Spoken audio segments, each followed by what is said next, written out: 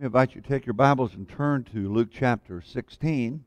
That will be the basis of our study tonight, Luke chapter 16. In our Sunday morning adult class, we are studying the life of Christ. And this morning we talked about parables. So I thought I would come back tonight and pick a parable that we might look at and have another opportunity to consider the teaching of Jesus in this way. And my first inclination was to pick something like the parable of the talents, because that's easy. And it's very easy to preach on the parable of the talents, or some parable like we studied this morning, like the sower, Matthew 13, the parables of the kingdom. But as I thought about it, I thought, well, let me try to tackle something more difficult. And I would dare say that this parable of the unjust steward, or the shrewd steward, however you care to characterize it, is probably the most, if not maybe the most difficult of all of Jesus' parables. And so we're going to tackle that this evening and see if we can learn some things and figure out some applications of what Jesus is saying in this parable. In Luke chapter 16, beginning in verse 1, he also said to his disciples, "There was a certain rich man who had a steward, and an accusation was brought against him, that this man was wasting his goods. So he called him, and he said to him, 'What is this I hear about you? Give an account of your stewardship, for you can no longer be a steward.' Then the steward said within himself, 'What shall I do? For my master is taking the stewardship away from me. I cannot dig, and I'm ashamed to beg. I have resolved what to do, that when I am put out of the stewardship, they may receive me into their houses.' So he called every one of his master's debtors to him. And he said to the first, 'How much do you owe my master?' And he said, 100 measures of oil. So he said to him, 'Take your bill and sit down quickly and write 50. Then he said to another, 'How much do you owe?' And he said, 100 measures of wheat. And he said to him, 'Take your bill and write 80. So the master commended the unjust steward, because he had dealt shrewdly. For the sons of this world are more shrewd in their generation than the sons of light. And I say to you, make friends for yourselves by unrighteous mammon, that when you fail, they may receive you into an everlasting home. He who is faithful in what is least is also faithful in much, and he who is unjust in what is least is unjust in much. Therefore, if you have not been faithful in the unrighteous mammon, who will commit to your trust the true riches? And if you have not been faithful in what is another man's, who will give you what is your own? No servant can serve two masters, for he will either hate the one and love the other, or else he will be loyal to the one and despise the other. You cannot serve God and mammon." Let's begin by looking at the parable itself and considering the setting under which Jesus gave this parable. Under the law of Moses, Exodus 22 and verse 25 tells us that if you lend money to one of my people who is among you, who is needy, do not be like the moneylender and charge him no interest. And so this is one of the many statutes and ordinances that are given in the book of Exodus, and especially chapter 22, that if you were to lend money, very clearly it says, and it's to one of my people, don't charge interest. In other words, lend him the money and give them the opportunity to take care of a need, and don't charge him any interest. However, by this time, human nature being what it is, the Jews found a way to circumvent this statute. And one way was for a rich man to hire someone that would be a steward over his resources. And so the steward would have the liberty to be able to charge interest on things. And it wasn't the master doing it. I didn't do it. The steward did it. And so he could get out of it. In fact, I read that if someone was brought to court over something of this matter, it was the steward that was tried and not the master. Another principle that was very prevalent at that time in borrowing was to take, and he mentions here the idea of measures of oil, bushels of wheat, And so you might borrow, let's say, 10 bushels of wheat. And so the practice would be that when you borrowed that, instead of writing out you borrowed 10 bushels, they would write you borrowed 14 bushels. So technically, you're not charging interest, are you? But you really are, because you're writing this up something different than it was. And so the steward exercised full control over the master's wealth and had the ability to make decisions. He held a position of trust and confidence, and he dealt with the debtors as he saw fit because he was given that responsibility. And so if he was judged incompetent, then of course he could be fired. So that is the background and the setting that they would have understood as Jesus gave that parable. Now, as we have read the story here from Luke 16, here is a story of a steward that had been embezzling his master's funds. Now, there's no getting around this. The guy was a crook. He was a thief. He had been unfaithful in his service. And somehow it is discovered that that was occurring. And so the master calls him to give an account. And the servant, of course, as soon as he's called on the carpet for this, he knows he's wrong. He knows he's caught. He knows he's going to be fired. And so he comes up with this ingenious idea of reducing the debts of the people that owed his master money, thus making himself friends with them, hoping possibly for future employment. Now, the thing in all of this that probably is the most puzzling in a sense is Jesus tells the parable that when the master learns of this, instead of being mad, he commends him. He commends the unjust steward for his shrewdness. And then what Jesus is telling us is that we can learn some lessons from this unfaithful steward. So, our task is to try to figure out what is the application of this. What are some lessons that we can learn from this particular parable? Now, let me start off by saying some things that Jesus, I think, is not teaching in this parable. Jesus is definitely not teaching stealing is okay. You remember this morning in the Bible class, we said that anytime you study a parable, and if you try to interpret that, and it contradicts a plain passage of teaching, then your interpretation has got to be wrong.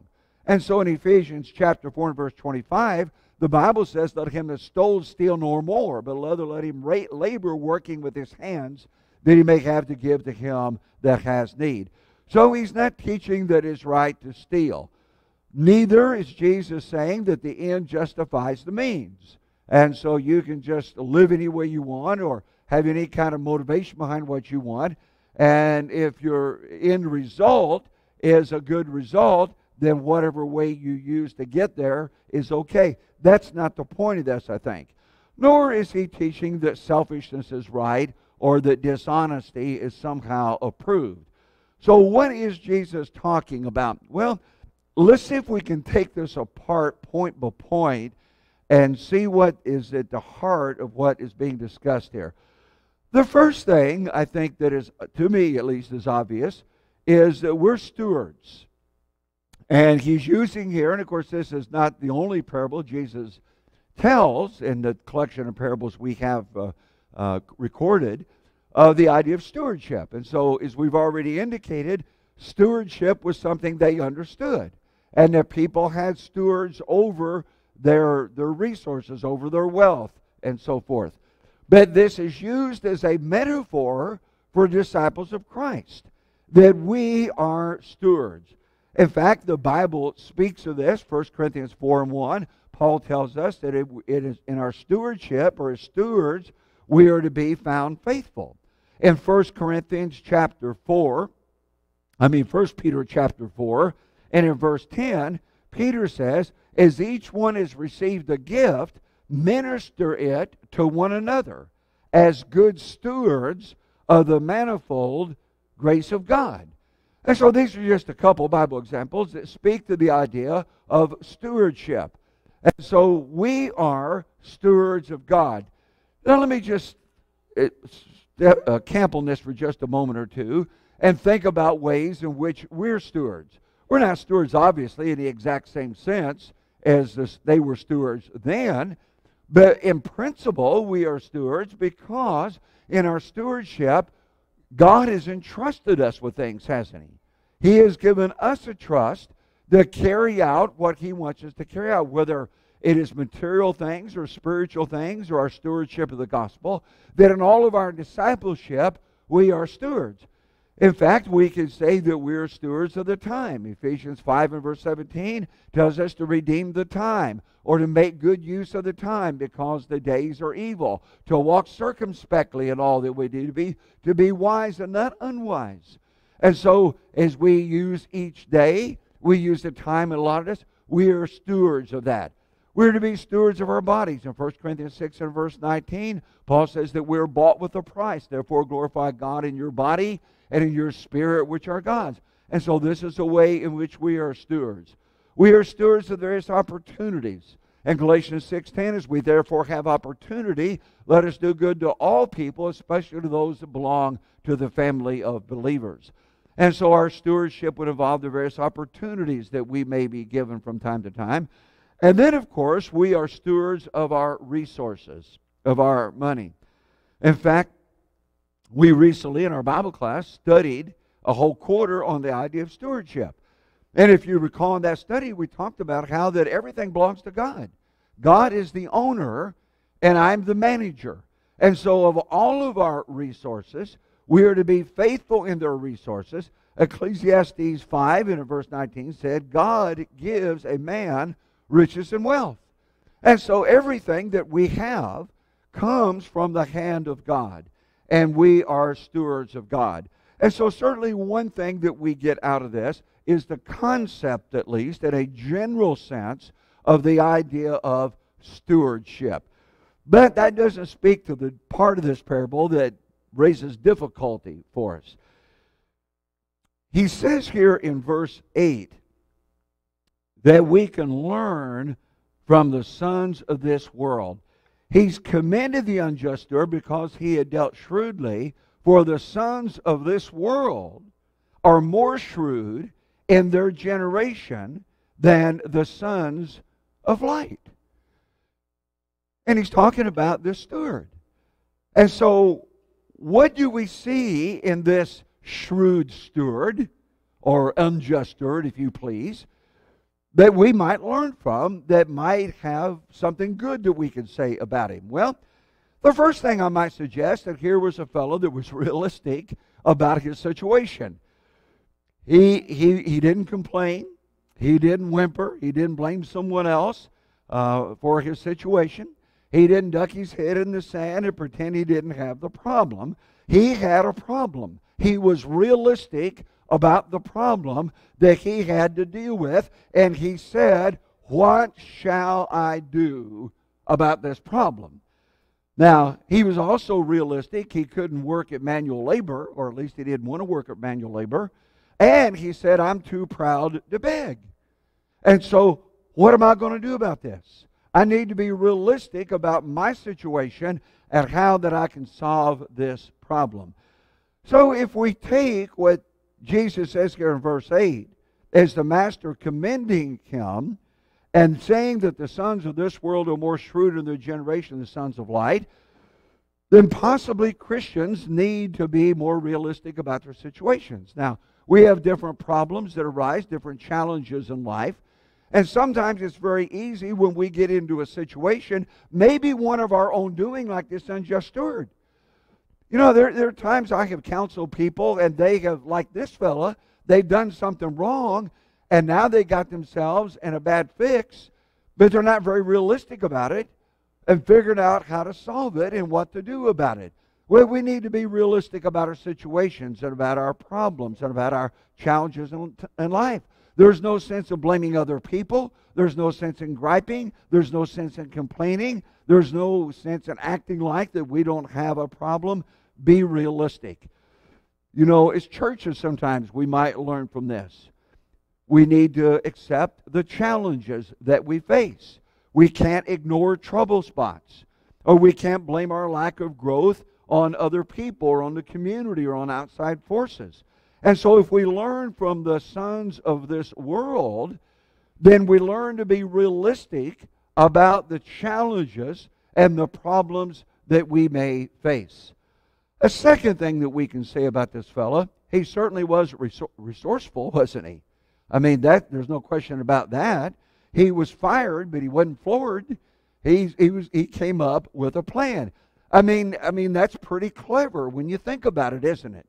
And so again, Jesus is telling us here that if we look at this fellow, the son of the world, and once again, you understand that he just used an example, and I think something very possible that could have happened.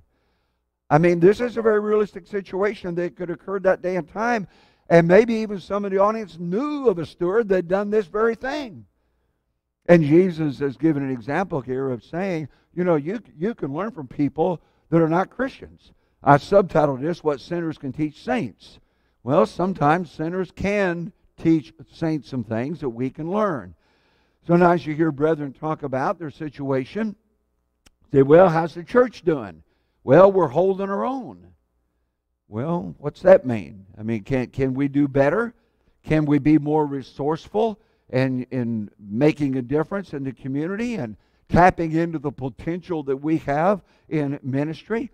Too oftentimes we make excuses instead of making plans. This fellow was making plans. He came up with something clever, and it worked. We can learn from the children of this world. We can learn to be more resourceful. We can learn sometimes to make new, fresh, innovative approaches and ideas in carrying out the Lord's work. Another thing you can say about this fellow, he was certainly ambitious. I mean, he was thinking in maxims here. I mean, he wasn't going to go halfway with this. That, how much do you owe? 100 measures of oil. Fine, let's just cut this bill in two. The other was 100 measures of wheat. Well, let's just give you 20% off. I mean, that's a pretty good discount, isn't it? And so he was ambitious as he approached this. He was thinking big. He said, let's exploit this thing. And so, once again, if we apply this and we think about how can we be like that spiritually, then we might look at our level of ambition. Are we ambitious? Do we look at what we can get by as the very minimum? Or do we look at how we can maximize our efforts and our resources and our service and our work to the Lord? Possibly we need higher aspirations and more ambition and to set greater goals in service to the Lord. This fellow was ambitious. And then you can certainly say that he possessed foresight. He was thinking down the road, wasn't he? He was thinking about his future. He didn't want to be left out in the cold. And so he had some foresight. He just did wait till, well, I know I'm caught and I'm going to be fired, and then later think what I'm going to do. And so he possessed some foresight. And so this is true of all of us. Do we have foresight? Are we thinking ahead when we think about the work of the church? Are we thinking about down the road? One of the things I've been very impressed with our shepherds here and the work here is the foresight and the planning. And most people don't know the amount of planning that goes on down the road, months ahead or years ahead. Seemed like, if I remember right, we started planning the next year in August, and you think, well, boy, we just passed the halfway point. Well, you've got to start thinking ahead. Gospel meetings are planned often years in advance. People are scheduled years in advance to come and present certain kinds of topics. I've known churches that don't do very much planning. I had a church call me one time, and it was February and beginning of the year, and sometimes you start getting calls about gospel meetings. As churches have done their planning for the next 2 or 3 years, you scheduling meetings out 2 or 3 years in advance. And this brother I knew well from a church I'd preached a number of meetings at in Kentucky called me, and he said, what's your whole meeting for? I said, well, glad to come back. I said, when you want me to come? He said, March. I said, okay. I said, you mean March of next year? He said, no, next month. I said, well, I can't come next month. I said, I've got my year booked.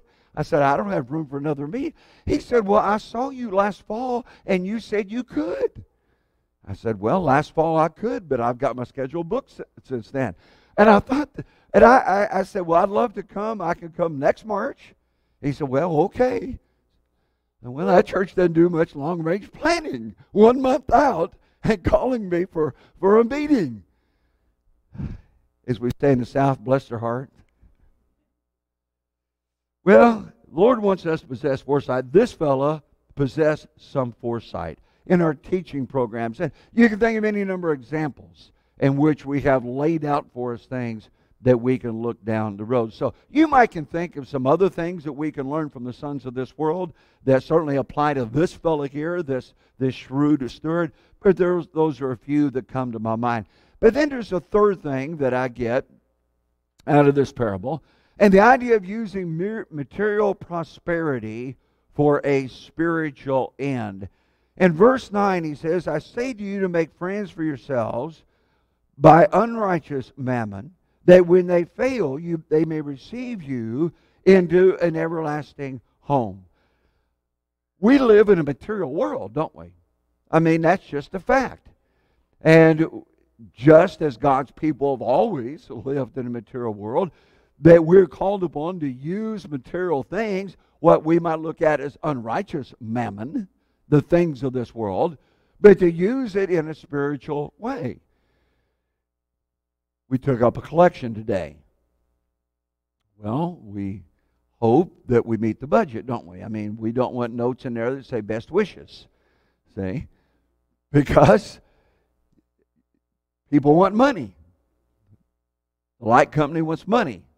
Whoever are one of the 300 different providers of electricity here in Texas, whoever we have, I don't know who that is, but they want the light bill paid. The water bill ought to be paid. There are men that were sending out support checks all over the world. They want to receive those support checks as they're providing for their families and preaching the gospel and other places. And on the list could go. And so it takes resources to be able to do that. And so we might look at mammon, you see, what is looked at as money, as being that, which, unrighteous mammon, but it takes that to be able to carry on the Lord's work. So how do we use it? Well, do we give on the Lord's Day as we've been prospered? 1 Corinthians 16, 1 and 2. We are commanded to do that. We're commanded to look into our resources of that which we've earned and to be honest about that and to look at our ability to give and give accordingly. Not only that, in Ephesians 4 and verse 25, we're commanded to help those that have need. And so as we look at people that have various needs, and I think that's an addition to what we give on the Lord's Day. Certainly we can take the Lord's Day contribution and help needy Christians, needy saints, as the Bible teaches. I believe in limited benevolence from the church treasury. But from my individual pocketbook, that I can help other people, friends and neighbors and relatives and people that are not Christians, and give to charities and organizations to do good. In Galatians 6:6, he talks about the supporting of those that teach the Word. And there are any number of Christians that I've known through the years that, besides their contribution in the Lord's Day, individually support brethren that teach the Word in different places. And then we referenced a while ago Galatians 6:10 and the idea of doing good works as we have opportunity. And so when we look at this parable of this unjust steward, we realize that all of us are stewards of God. We can learn from the sons of this world, and we can use our material prosperity for a spiritual means. Now, as you kind of wrap this up, and as Jesus wrapped up this teaching, there's one paramount idea that overrides all of this that I think that we need to understand. And he says here in verses 10 through 13, and let me just read it with you again, that he who is faithful in what is least is faithful also in much. And he who is unjust in what is least is unjust also in much. Now, this steward was unjust, wasn't he, in what he was entrusted. And so as Jesus tells the parable, and we make the application of stewardship, that whatever your stewardship is, and we all have different ways in which we're stewards, don't we? Different gifts, abilities, opportunities, resources. Some have a lot over which they may be stewards, and some have a little. But it doesn't make any difference, does it? If it's a lot or a little, that we need to be faithful in that. And the person that is going to be faithful in a little, he's going to be faithful in a lot. The person that is unfaithful in a little, well, you can be sure he's going to be unfaithful if he has more. Therefore, if you've not been faithful in the unrighteous mammon, who will commit your trust to true riches? And so as I'm committed certain things in the material realm, I need to use that principle in being faithful in the spiritual realm. And if you've not been faithful in what is another man's, who will give you what is not your own? No servant can serve two masters. For he will either hate the one and love the other, or else he will cling to the one and despise the other. You cannot serve God and mammon. And so for the Christian, the bottom line is this, that we're stewards of the Lord. We belong to Him, and we have a stewardship to Him. And so aside from your job, profession, or occupation, aside from things of a material nature, we have a spiritual stewardship. And that's the thing that we need to keep paramount in front of us. Well, I hope this has been helpful. It might be that you have some other thoughts about this parable, and there might be some obvious things that I have possibly overlooked. It is a challenging parable. But certainly, I think as we look at this parable or any parable, that we always interpret a parable in light of Bible principles that we know are sound and solid and don't contradict any other Bible principles. I hope that helps you, and I hope it'll help us all to think about our relationship with the Lord and the stewardship that He is entrusted to us. As we close our service tonight, we sing a song of invitation and encouragement. We invite you to make your life right with God if it is not. If you desire the prayers of the saints here that we might help you in some way or encourage you, or if you're not a Christian and through faith, repentance, and baptism, you will become a child of God, it's to you we invite while together we stand and while we sing.